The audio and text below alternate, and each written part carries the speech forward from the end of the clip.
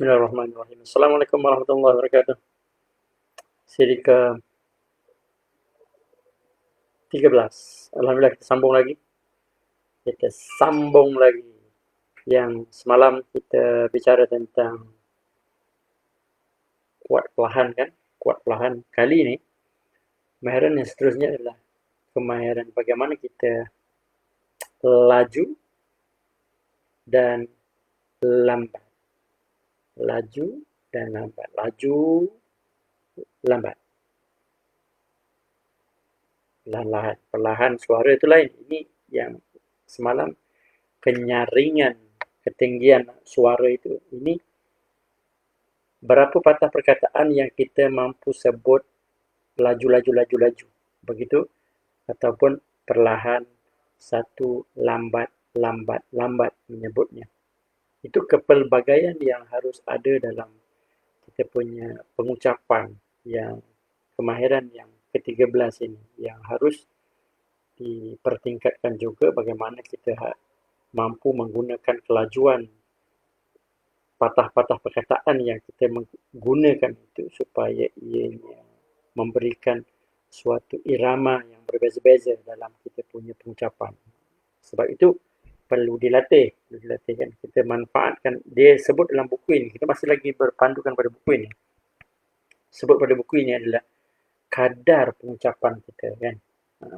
Kita tak tahu kan, kita mungkin saja akan tahu daripada reaksi ataupun respon yang kita perolehi apabila kita berada dalam suatu pengucapan yang kita lakukan. Terima kasih sekali lagi. Saya Muhammad Syahrir Rahman. Yang sudi menonton, sila komen dan juga mungkin boleh kongsikan dengan rakan-rakan yang lain yang berada di page Dr. Muhammad Syahrir Rahman dan juga page Ilmu Bercakap dan page Kelab Pidato Perdana Antarabangsa. Terima kasih. Ini siri yang ke-13 yang kita bicarakan tentang laju dan lambat, perlahan-lahan, satu-satu perkataan. Dalam kajian yang menyatakan bahawa bilangan perkataan ataupun PSM, perkataan seminit. Berapa banyak dalam seminit? Normal dalam bahasa Melayu, dalam pengucapan Melayu 120 hingga 140 patah perkataan seminit. Macam mana nak ukur ni? Macam mana nak ukur? Rakamlah seminit, rakam dan bilang berapa perkataan yang kita gunakan. Dan itu kaedah yang paling mudah mungkin. Dan bagaimana kita menggunakan perkataan-perkataan ini secara kita bawa secara laju ataupun kita perlahankan satu. Bagaimana untuk menjadikan ia mudah didengari dan juga ditangkap, difahami dengan mudah kan. Jadinya, dalam buku ini menyatakan bahawa kita rakam 1 minit, 2 minit, 3 minit, tengok dan bilang berapa perkataan yang kita gunakan dan ikut purata bagaimana intonasi dan juga kelajuan, kadar laju dan lambat perkataan-perkataan yang kita sebut ataupun intonasi yang kita gunakan itu laju ataupun lambat. Laju. Macam contohnya, kalau kita membacakan sesuatu perkara kepelbagaian, kadar pengucapan digunakan kurang kerap dibandingkan dengan kepelbagaian kelantangan suara, itu kan laju. Kita boleh menggunakan yang lambat itu, macam contohnya bercerita adalah cara yang terbaik untuk berlatih mengubah kadar pengucapan anda satu-satu kan, itu perlahan ataupun lambat berbanding yang saya menyebut laju tadi, kepelbagaian kelantangan suara dan kepelbagaian kadar pengucapan boleh digabung untuk jadi hasil yang terbaik.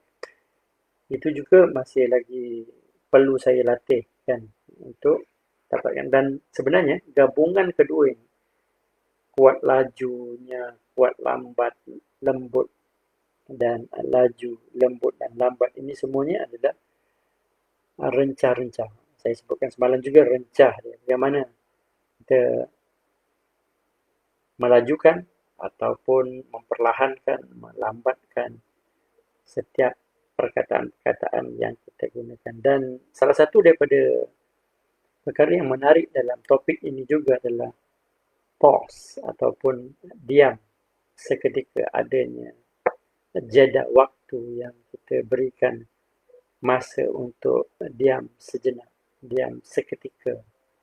Apa yang ditulis di sini ada berapa jenis? Ada lima jenis diam seketika ini.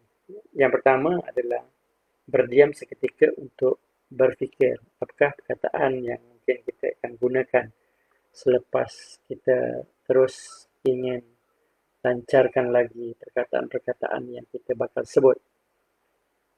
Yang kedua adalah berdiam seketika untuk merasa, untuk betul-betul, macam contohnya dikatakan, bayangkan petang yang panas, yang indah,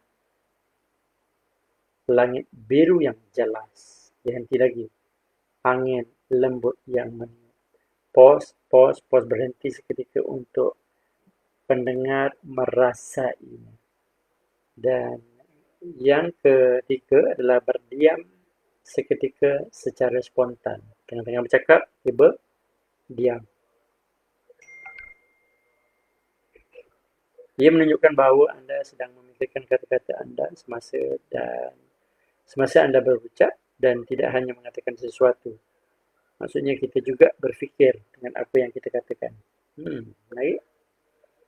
Seterusnya berdiam seketika untuk kesan dramatik, yakni sengaja dibuat diam itu supaya orang tertunggu-tunggu apa lagi yang ingin dikatakan. Itu yang akan mewujudkan rasa ingin tahu yang meluap-luap sebelum kemuncak, penyalahan dan juga pendedahan. Kaedah ini sangat berkesan. Okay, good.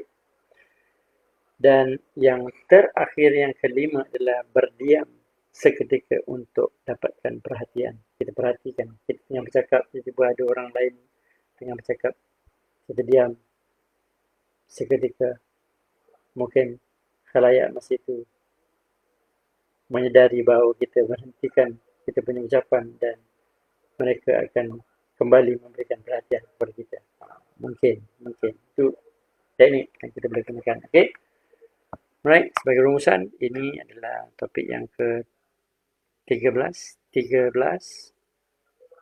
kemahiran tentang laju dan lambat. Perkataan, baik-baik kata yang kita boleh gunakan dalam kita memberikan rencah, memberikan irama, memberikan nafas kepada pengucapan kita. InsyaAllah, boleh-boleh. Terima kasih banyak atas peluang, atas perhatian yang diberikan. Kita sama-sama belajar, kita sama-sama kongsi untuk terus kita perkasakan pengucapan kita. InsyaAllah. Terima kasih.